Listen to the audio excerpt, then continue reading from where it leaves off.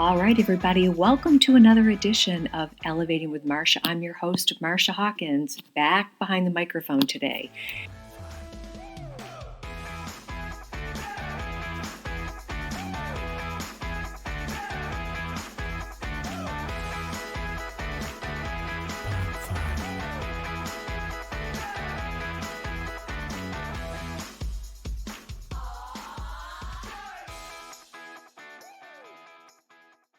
Going to be talking a little bit about some of the topics that I'm going to be covering in my upcoming podcast. If you've listened in the past, you probably know I'm extremely passionate about health, wellness, fitness, I guess overall lifestyle choices. I guess that's how I would classify it. I really want to delve into this in future shows because I'm just really starting to take a step back from social media a little bit. I'm a little mortified with what I'm seeing online in terms of what people, what their daily habits have become, what their diets have become. I don't know. I just feel like everybody's kind of giving up and very alarming. So, if you are a healthcare professional who believes in root cause wellness, I would love to have you as a guest on my show. If you're into any type of fitness, any type of health regimen that you would like to share with the listening audience, I would be down with that to have you on the program. And also, I'm looking for a few financial professionals. I do a lot of financial stuff with the insurance. A few things that I'm really interested in is, teaching younger people about finances. I just shocked that this is not something that they cover in school. I think it's extremely important, not quite sure why we don't. So if you're a financial professional that has some type of program, kind of Dave Ramsey, that type of thing, I would also love to have you on my show. I know I'm going to be doing one specifically about retirement plans for self-employed people and also setting your children up for success at a very young age through a program called Index Universal Life, a LIRP, Life Insurance Retirement Program. The younger you are, the better it gets. So we're going to be talking about that. And we're also going to be talking about another podcast that I did regarding rules versus goals. And I talked about that in my opening podcast when I announced I'd be getting back on the air. And I really want to dive deeper into that because I'm realizing that, while I was taking care of my parents, they've since passed away, but when I was taking care of my parents, I realized how important it was to ensure that I ate healthy, that I lived healthy, that I remained active, that I didn't let a lot of my own workouts fall to the wayside. And in some cases they did. Time is a thief, and sometimes you just simply cannot add more hours to the day. And it does become a little hard to keep up with your daily exercise schedule. But it's something I am very passionate about. And I think when people think about working out and they think about going to the gym, I think people immediately put a negative connotation to it in their brain. And I don't think most people realize that by thinking along those lines, it's really hard to get your mind excited about, going to the gym or popping on a YouTube video or going for a walk or going for a run or a bike ride or whatever it is that you happen to do. But I'm more dialed back than that. I love a variety, and I think if people could start incorporating, maybe go for a walk one day, maybe go for a bike ride the next day, maybe go for a run the third day. Maybe I invested not a lot of money into a walk pad, and I absolutely love it. My daughter bought one, and I absolutely love it. And it's so easy, to get work done, make phone calls. Nobody can tell that you're on it, but just jumping on, 20 minutes here, half hour there, it really adds up, especially if you're one that's goaling yourself, or as I say, ruling yourself to get in those 10,000 steps a day, which is, what most people advocate for. I know I was in Hawaii a few weeks ago, and I was averaging like 30,000 steps a day, and I don't track my steps. I know I have to be moving every day. I feel as though I'm trying to get away from my phone, not on it. And I think, checking my phone all the time to see how many steps, it makes you nuts. And I don't always have my phone on me that tracks it either. And for medical reasons, I do not wear an Apple Watch or any of the tracking watches. I'm not in the camp that cell phones are horrible for you, but I don't like the AirPods and I don't like the watches. So that's just, I may even do a podcast on that, why I don't like them, but I don't like them. I think technology is great, but we really have to have an element of disengagement or you become a slave to it. And I'm just not going to sign up for that. So yeah, that's where I'm at with that. Many people feel they have to get their 10,000 steps in, but there's so many different things. There's so many, here I am talking about getting on my phone, but there are, YouTube videos. There's so many influencers and fitness experts that you can save their videos and just kind of pull them up and, incorporate them in. And this morning I got up, I did my bar exercises for my arms. I did a whole arm series. Yesterday I did lower body and upper body, some cardio, walked on my walk pad both days. It's what I'm into. And I find that when I incorporate a lot of variety into what I'm doing, it's just amazing how much more likely I am to get it done. So maybe just changing your mindset a little bit in terms of what you're doing and, getting real regimented with it. I always try to do it first thing in the morning, but there's times where work definitely takes the precedence over that. And I end up doing it at the end of the day. While I'm cooking dinner, I do a lot of push-ups, counter push-ups. Sometimes I'll just drop down to the ground and do push-ups there. It's funny how while you're waiting for water to boil, how you can bang out 30 push-ups or, sit-ups or something. So it's just, it's getting in the mindset where you enjoy doing it and you don't look at it as a chore or something you don't like doing. When you change your mindset about something, it's amazing what you can accomplish. So that's one of the tips that I like to give out to people is don't look at exercise as a negative. If you do, you're most likely not going to accomplish it. So it's very important.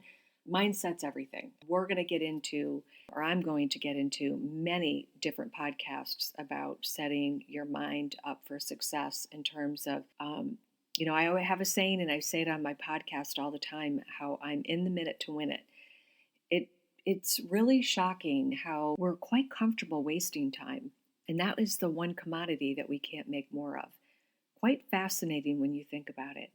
But have you ever looked at a day and you've gone back in your mind and you thought, oh my God, like I totally wasted that day. I've done it. I'm not perfect. I'm not here to pretend I am. But there's times where I've wasted time. There's people in my life I've wasted time with, and I'm not trying to be mean about it, but have you ever had a conversation with someone and thought, oh, I'll never get that 15 minutes of my life back? So be the architect of your time. Look at each day as a day that you're never going to get back again. You're never going to have an opportunity to relive the moment that you're in right now.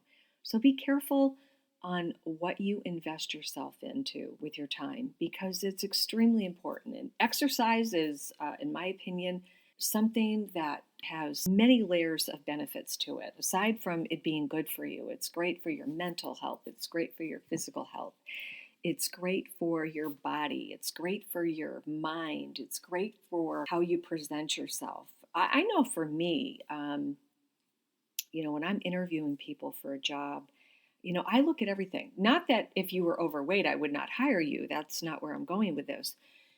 But I don't know. There's just something about somebody who has a passion for, taking care of themselves. It's important to me. I have another little quirky thing that I do. I can look at somebody's inside of their car and know whether or not I would want them working for me. Now, I know that sounds silly, and I know I've talked about it on the podcast before, but it is so true. Have you ever gotten into somebody's car and it's relatively brand new and it is just filled with trash and it's dirty and there's spilled coffee? I mean, cars are expensive. I don't know why anybody would want to spend $40,000, $30,000 on a car and not take care of it. It's kind of fascinating to me. I remember one girl, I was interviewing her, and for some reason, we had to go to her car. We were putting something in her car, and the interview was over, and I went out and I put something in her car, and my gut was, don't hire her. She's a mess. she's going to be really hard to get her to show up for appointments. And I got to be honest with you, I could not have been more right about that. And a lot of times, people who, cannot organize themselves. To me, lack of organization is one of the most biggest time robbers that we have. Have you ever, if you're that type of person that doesn't, put things away where they belong, and your house is not organized, and you don't really have a good schedule going on, it's a time robber, because I've watched people that I love dearly, that I know are horrible with organization, and I have watched them below an hour in the morning trying to find their car keys. Not so much anymore because a lot of people are using the fobs, but you get where I'm going with this. Or they can't find their checkbook. They've lost their wallet. They've misplaced something, important documents. How many times I could count on my fingers and toes the amount of times I've watched people panic a day before a trip because they can't find their passport, can't find their driver's license. It's just, I don't know. To me, being unorganized is just a time robber. And I'm just, quite frankly, I'm not interested in that. I like knowing where my things are. And I'm going to do a whole show on certain things you can do to really help organize yourself. And I've done some in the past, but I'm really going to get very granular on this in terms of what I'm going to talk about, and just really get into, do this, and this, and allow you, hopefully, to incorporate that into your life so you can become more organized. It's just, 3x5 index cards from the dollar store are my lifeblood. Now, I'm very tech savvy, and I utilize my phone, and I put my appointments onto my phone, but there is something very organizational about those 3x5 business cards. I always have a stack of them right on my desk. I do one for the day. I do one for the week. I do a hot sheet, which is all the stuff that I need to get done. I mean, I'm looking at it right now. So on my hot sheet right now, I've got to file my husband's DOT biennial report. So I gotta get that done. I have some life insurance quotes I have to get done. I also have 3 pending appointments I need to follow up with to see if I can get those on my schedule.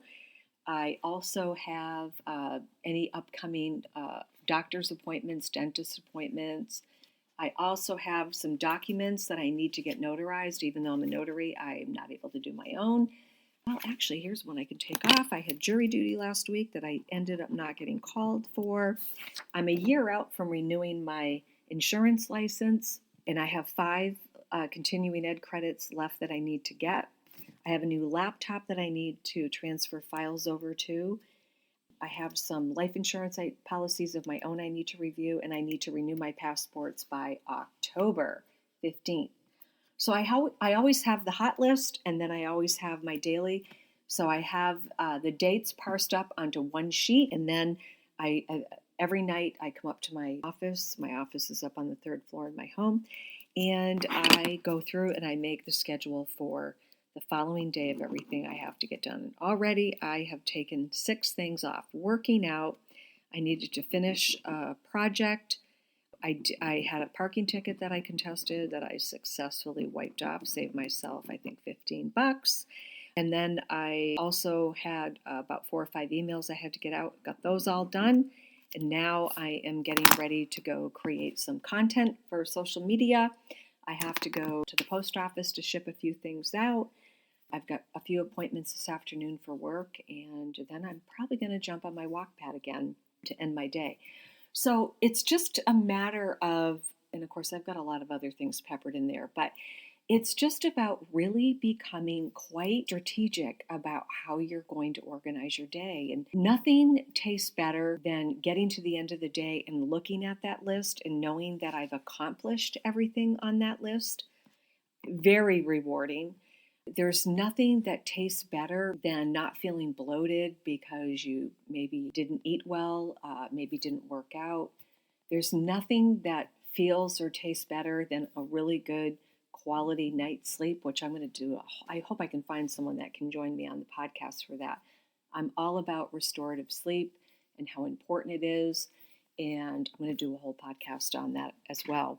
So if you're starting to get a theme here on this podcast, it's really about incorporating some rules upon yourself. And I say rules over goals because I think goals sometimes have the kind of an escape hatch, if you will. When you put a goal down, you may want that, but a rule really is more about executing that goal and actually not manifesting it, but producing that result. I am all about the law of attraction and manifesting and all of that. Totally into that, but that's not really where I'm going with this right now. It really is getting people, getting yourself, getting myself to be thinking about what it is that I need to complete today to at the end of the day feel as though I have put in a productive day. Because this day that I'm in right now, which is a Monday, August 12th, 2025, is a day I'll never be able to live again. And I need to feel that I lived this day rather than squandered it, wasted it, and unfortunately I can never get it back again. So it's extremely important to be in the minute to win it, be very strategic about what you want to accomplish in your day, and also be very strategic about what you want long term. And I'm going to do another whole podcast how each day that you incorporate this and you stack one day onto the other, you'll start to realize that all of the things that you want in your life will start to happen for you. Much like, think about it like this. You want to lose 10 pounds. Not into fad diets, by the way. If you want to lose 10 pounds, you've got to burn 3,500 calories additionally off in a period of time. You've got to burn that caloric amount off in order to lose a pound. That's what it takes to take a pound off. So you're not going to accomplish all of that in one day, okay? Meaning the 10 pounds. So it's the same thing. It's daily habits that you take, that you incorporate to get that caloric burn. And you do it, and you stack one day onto the other, and you keep doing it, and you keep doing it. And you've lost 2 pounds. You've lost 3. You've lost 5 and 8 and 10 and 12. And now you're like, holy cow, I managed it. And that's kind of the theme of all of this. If you can just stack one good habit onto another and you keep producing the same results every day, and you accomplish that list on that 3x5 card, and you look at your weekly goals, or rules as I call them, and you look at your hot list and go, okay, I've got to get this done. I've got to take this off my plate. I've got to do this. I've got to do that. Again, at the end of the month, you're not going to be stressed out. Like if I have a goal of, say, November 1st, you can bet I will have it done by October 1st. If I need to get something done by the end of the summer, you know that I am working on it in June and July and August to make sure that I accomplish that and I'm able to get that done.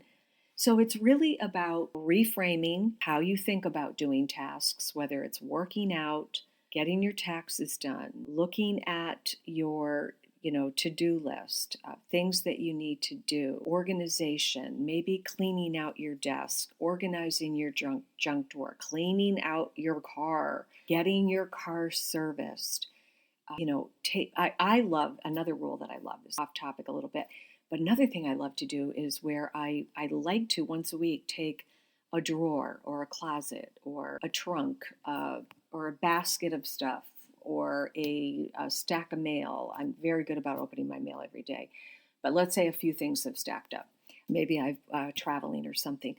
Just incorporating these little habits that you can do every day. At the end of the month, they are huge.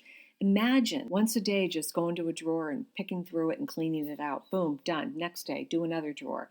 Next thing you know, 3 days later, the dresser that you've been looking at with stuff billowing out of it and you have no idea what's even in it, all of a sudden is clean, organized, and tidy. I have one big closet where I have a lot of stuff, and I love to go through it like once a month and just try to reorganize it a little bit, pitch some stuff. And the other thing too is I know what's in that closet. I know where to find things, which is, again, it's so refreshing. When I need something, I know exactly where to go get it. Super important. I don't want to be that person that can't go somewhere because I can't find my passport. So again, all of these little habits, rules, as I call them, all lead up to accomplishing so much.